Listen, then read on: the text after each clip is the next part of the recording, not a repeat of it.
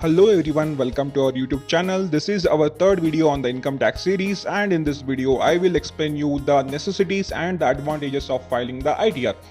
Even though your income is less than the taxable limit, you should file the ITR. Watch this video till the end to know the benefits.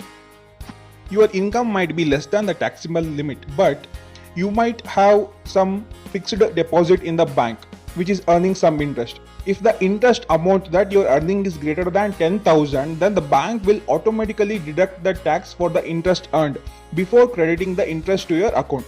So, in case you want to get that deducted tax back into your account, you should file the ITR. And if you are a salaried employee, income tax might have already deducted from your salary, and assume you have made some investment which are eligible for tax exemptions. So to avail this benefit, you should file the ITR. If you have faced any loss in the investment like share market this year, you should show that in the ITR returns so that this loss can be carried forward to the next year, and this loss can be adjusted with the next year's profit.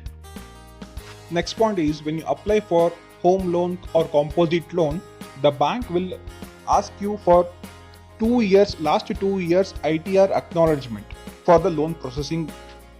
Secondly, when you apply for some of the visa, in some cases they might ask you for the ITR acknowledgements. And also in some cases, if you apply for the credit card, they will also ask for the ITR. So what we observed is, ITR is basically used to check your financial discipline. When you're opting for any of the term insurance or any other kind of insurances, the insurance company will ask you for last 6 months salary slip.